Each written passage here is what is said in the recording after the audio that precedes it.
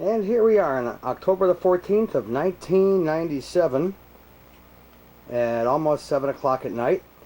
And what we have here is something you don't see very often. These are two almost identical ED betas that I got in my house, and there we go. I want to show how these models are similar yet different. This is the Cadillac of the ED betas. This is the EDV 9500, which you can barely see, and I just got in today, by the way. This does insert editing and all kind of good stuff. The one next to it is a stripped down version of the same thing called the EDV30F or something like that. This is an industrial editing version of this one here. Let's do some close-ups and see what the differences are. Okay, we're now looking at the 9500. The most of the differences are right down here on the lower panel. Over here we have some auxiliary video inputs and an S input. On this model all we have is a headphone jack and a mic input, and of course a level control for the headphone. What else do we have? We have, that's over there.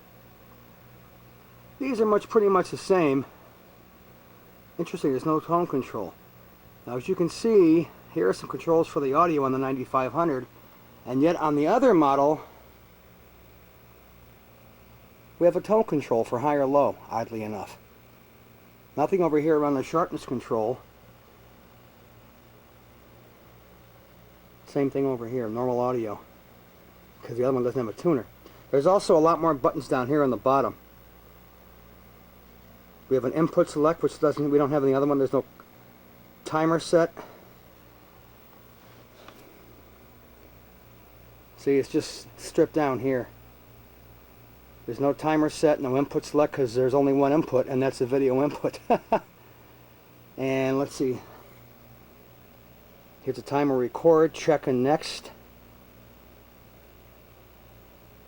which is missing on the other one. Right over here, just some blank spaces. Very interesting. There's also, let's see, there's 4 buttons here.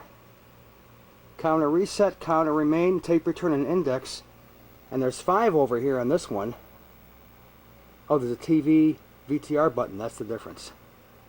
Plus there's a channel button here up and down, which we don't have on the other one. Plus this one doesn't even have a remote control. Nor does it have a built-in channel 3 or 4 output as far as that goes. And up here all you have is a light for the ED beta and the edit position. On this one we have a VTR, digital picture as well. So it's interesting to see the differences. Waited a long time to get this 9500 and paid a lot of money for it too, $1,500. So this one's staying and this one's going. The 30F I've already got sold to a guy in Canada, and once I work out the arrangements it'll be his. Notice too, this machine is kind of white.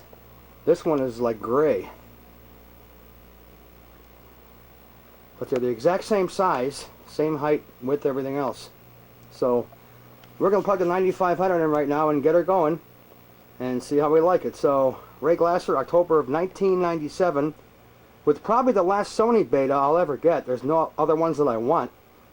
All that's lacking right now for my collection is an NEC that I want to get.